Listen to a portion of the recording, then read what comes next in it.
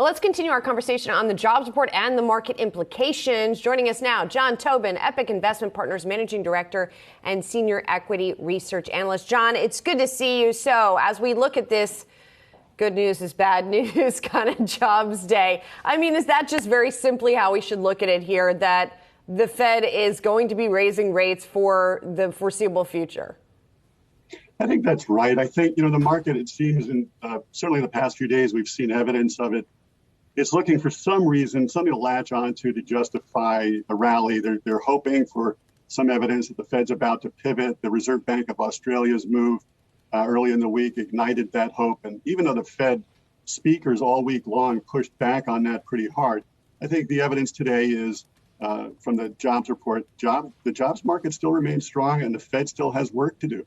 Now, as we've talked about it in our shop this morning on our morning call, there is clearly evidence of deceleration here. So if you're trying to find some good news here, the numbers are moving in the right direction. This is a 263K increase in jobs, but it shows continual deceleration over time.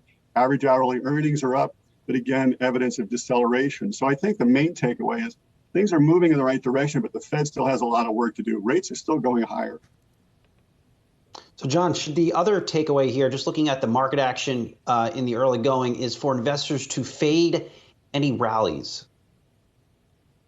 Well, I think that would be my personal view, that with each attempt to rally into this, I've continued to make the case that I don't see what the foundation is for a strong rally, for a sustainable rally. I mean, if you think about what the drivers of equity market returns are, it's earnings growth, it's dividends, and it's multiple expansion. And if rates are going higher, that's a headwind for multiple expansion. And if the economy is slowing down and maybe headed for a recession, that's a headwind for earnings growth. So the main underpinnings that would support a sustainable rally just aren't there. I think, to me, this is a market environment where investors need to keep some defensive exposure in their asset allocation. We've had a conversation, especially around the shift in the types of jobs. The employment situation really lays out kind of sector by sector here. But for some of those businesses that are looking at the amount of people that post-pandemic they've realized they actually need to run the business, it also becomes a question of where some of those employees will find employment elsewhere and in different sectors as well, as many people have upskilled over the course of the pandemic. I mean, does that drastically shape everything from wages all the way to what a solid baseline sector by sector actually looks like? Well, you're absolutely right. There are some sector trends that we're noticing here where there's strength, where there's weakness. There's strength in leisure and hospitality.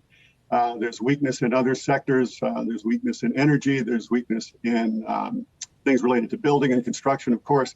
But it's disruptive for the economy, as you point out, that people are looking for jobs and looking to move perhaps into new areas where there is job growth. So there's that friction, but that's not really something new. Or necessarily a post-pandemic phenomenon. I think that's historically been the case. There's always a friction as people move and try to direct themselves into the areas where there's greater employment opportunities. John, bottom line when it comes to these markets, I think people are trying to figure out what the heck to do right now. And you have some interesting stuff in your portfolio, including consumer staples, things like Home Depot and Walmart. Do you think that a company like Walmart, for example, has gotten past its inventory troubles and is still going to be able to benefit as we head towards the holiday season? So, it's absolutely true that as the retailers have inventory issues to grapple with. And I wouldn't want to say that for Walmart that it's all said and done and they're behind it.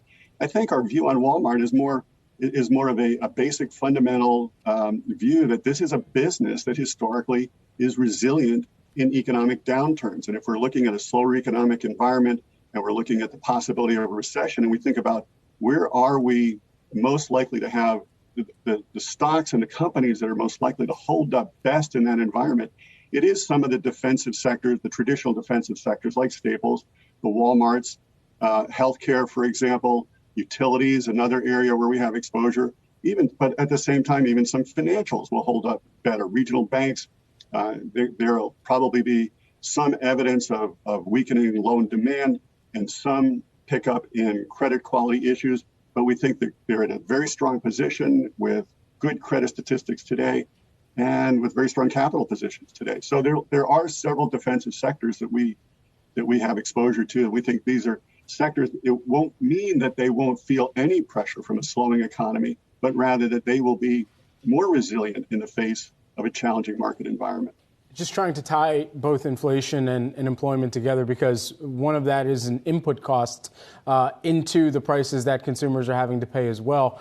For consumers and of course, everybody who's in this economy and is working, there's still money that is going out the door, out of your pockets, both on a necessity basis or on a discretionary basis. So with that in mind, where then are we going to expect to see kind of wages stabilize at the same time that the Fed is trying to see inflation stabilize?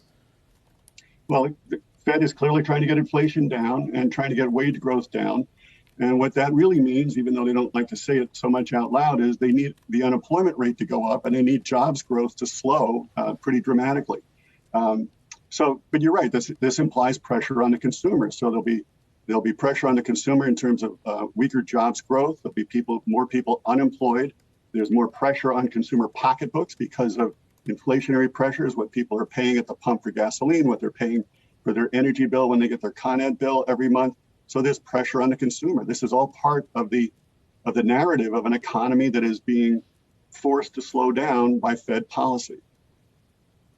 John, if I'm correct, you have some exposures to some big cap tech names, an Apple, Microsoft, and IBM, even a Broadcom. But in light of this AMD warning, which is pretty shocking, I mean, it missed their expectations by $1 billion on sales. Are you inclined to rotate out of big cap tech, or are you going to just try to survive this volatility? Well, the truth is, in the strategy that I help run, tech is a significant underweight for us. We actually have a hard time finding tech names that fit the characteristics that we see. We're looking for companies that have growing cash flow, pay attractive growing dividends, and otherwise use cash to distribute to shareholders through share buybacks. So we do have exposure to some of those tech names that you mentioned, but we are underweight. We're underweight those names. We're kind of by definition underweight Apple. Apple's over 4% of the index. So while we have Apple in the portfolio, it's an underweight to Apple. And while we have tech in the portfolio, it's an underweight to the tech sector. I'm sure there'll be some names that we look at and we'll probably trim them and maybe even exit them. But there's nothing that we're thinking about doing right this minute.